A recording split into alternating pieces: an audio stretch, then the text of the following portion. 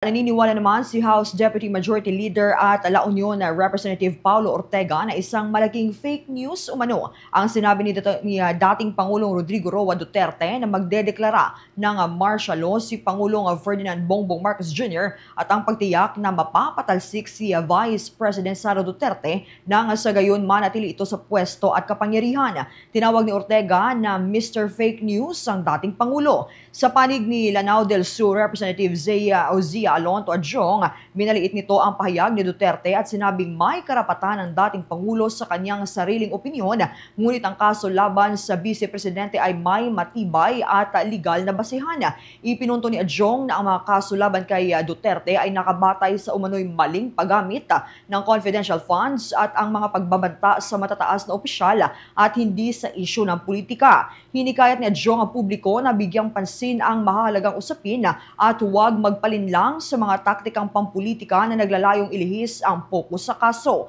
Muling iginiit ni Adjong na hindi dapat haluan ng electoral politics ang usapin ng constitutional accountability.